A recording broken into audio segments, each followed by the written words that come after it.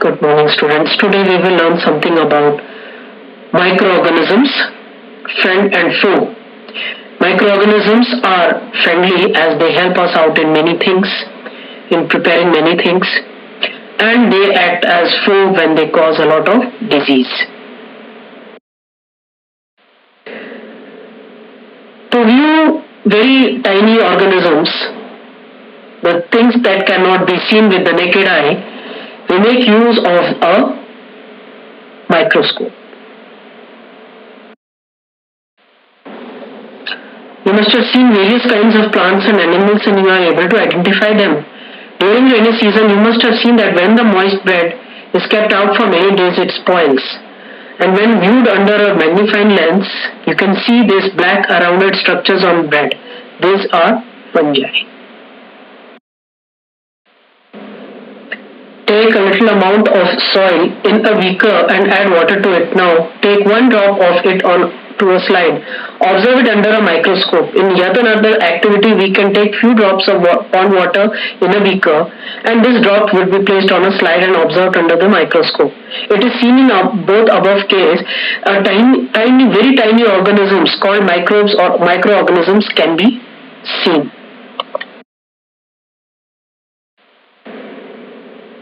Microorganisms. The microorganisms can be classified into four major groups, and these groups are algae, fungi, bacteria, and protozoa.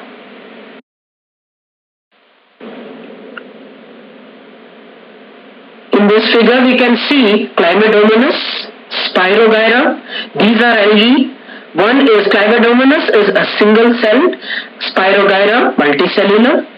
Protozoa, amoeba and paramecium, unicellular, and bread mold, penicillium, aspergillus, these are fungi.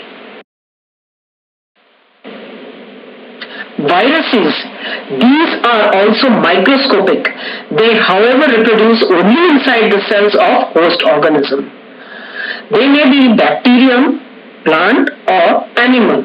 That is, they are found in the bacterium, plant or the animal body, and some of this can be seen in the figure that follows.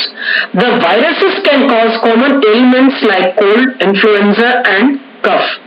Now most of the serious diseases are caused by viruses like polio and chickenpox.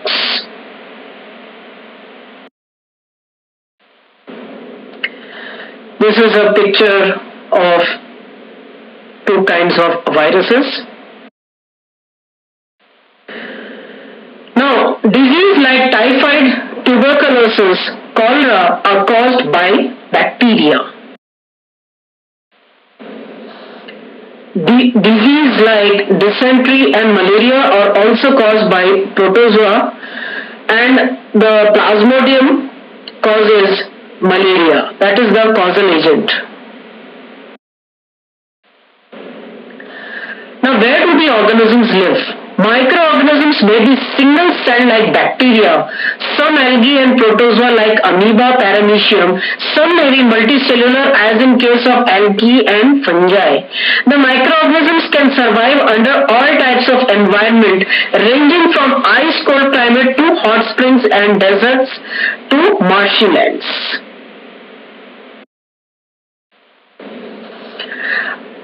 They can also be found in animals and humans as well. Some organisms grow on other organisms, yet some may be free-living like amoeba. Bacteria and fungi live in colonies. Friendly microorganisms. Microorganisms are used for various purposes. They are used for preparation of curd, bread and cake. Microorganisms are also useful in cleaning the environment.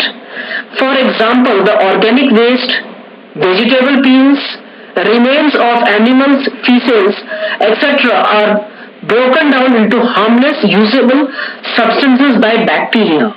Bacteria and blue-green algae help in nitrogen fixation and increase the soil fertility. Waste is also taken care by decomposition.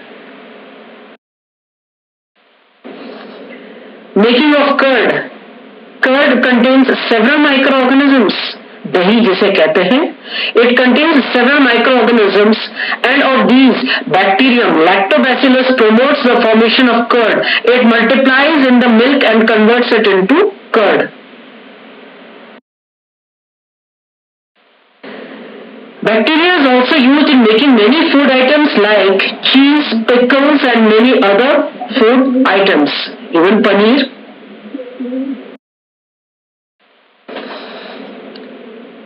Curd is also used in making different food items like it is an important ingredient in the making of idlis and bhaturas.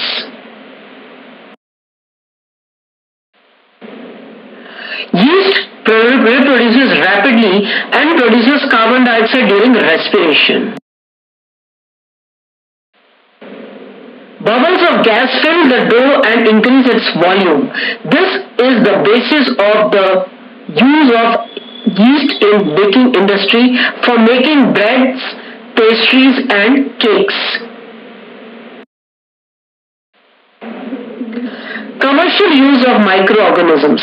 Microorganisms are used for large-scale production of alcohol, wine, acetic acid, that is vinegar. Yeast is used for the commercial production of alcohol and wine. For this purpose, yeast is grown on natural sugars present in grains like barley, wheat, rice, crushed fruit juices, etc. An activity we can get to know about fermentation. You have to take a 500 ml beaker which will be filled with water. 3/4 of the beaker will be filled with water. Dissolve 2 to 3 teaspoons of sugar. Add a half teaspoon of yeast powder to this sugar solution. Keep it in a warm place for 4 to 5 hours. Now smell the solution. It is a smell of an alcohol. This sugar has been converted into alcohol, and the process of conversion of sugar into alcohol is known as fermentation.